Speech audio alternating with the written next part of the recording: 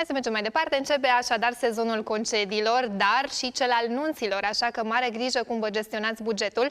S-a cam scumpit și darul de nuntă. Da, de fapt, tot ce ține de nuntă costă mai mult anul acesta, de la meniu, decorațiuni, ținutele mirilor, până la fotografiile marelui eveniment. Un must-have pentru orice cuplu care vrea să păstreze amintirile zilei pentru generațiile următoare. Fotografii profesioniști au ridicat ștacheta și nu mai acceptă invitația fără câteva mii de euro. Andreea Costea e direct interesată de acest subiect, așa că a pregătit un material foarte util. Iată! Așa, atât. Hai, și mergeți încolo, spre soare.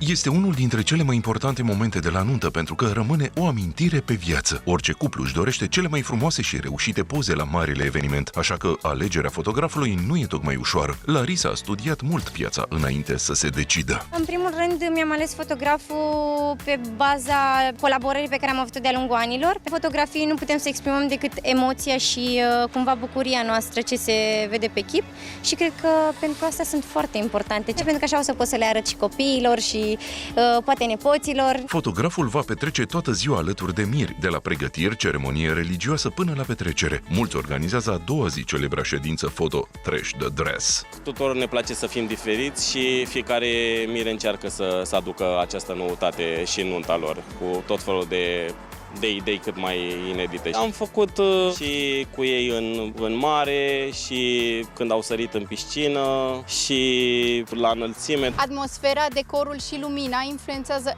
enorm estetica fotografiilor. Fie că vorbim de arhitectura istorică din centrul vechi sau de natura din parcul Herăstrău, orice locație aduce un plus de autenticitate amintirilor de la nuntă. În ultimii ani, tarifele pentru pozele de la nuntă au crescut considerabil, direct proporțional cu cerințele pe care le au mirii. Cred că undeva un buget de maxim 2000 de euro, 2500. Având în vedere că ți-a stresul încât să nu stai tu să faci pozele respective și să ai amintiri, iar el stă toată ziua, toată noaptea după tine. Îi pun în 3 categorii diferite ca și preț. Prima categorie de preț undeva până în 1500 de euro, în care de obicei fotografii lucrează în cursul săptămânii și în weekend își mai sporesc veniturile cu o nuntă, 2 pe lună. A doua categorie ar fi între 1500 și 2500 de euro. Sunt acei fotografi super pasionați de ceea ce fac și fac workshop-uri, învață tot mai mult despre fotografia de nuntă, despre ce este mai nou în tendință și reușesc și să livreze mult mai rapid materialul. Și peste 2500 de euro, să zicem că sunt acei fotografii brand, cei foarte cunoscuți care poate au fotografiat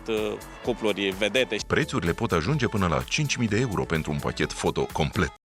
Afli oriunde ai fi în timp real, observator. Noi ne vedem la ora 19 live pe Antena 1 și Antena Play.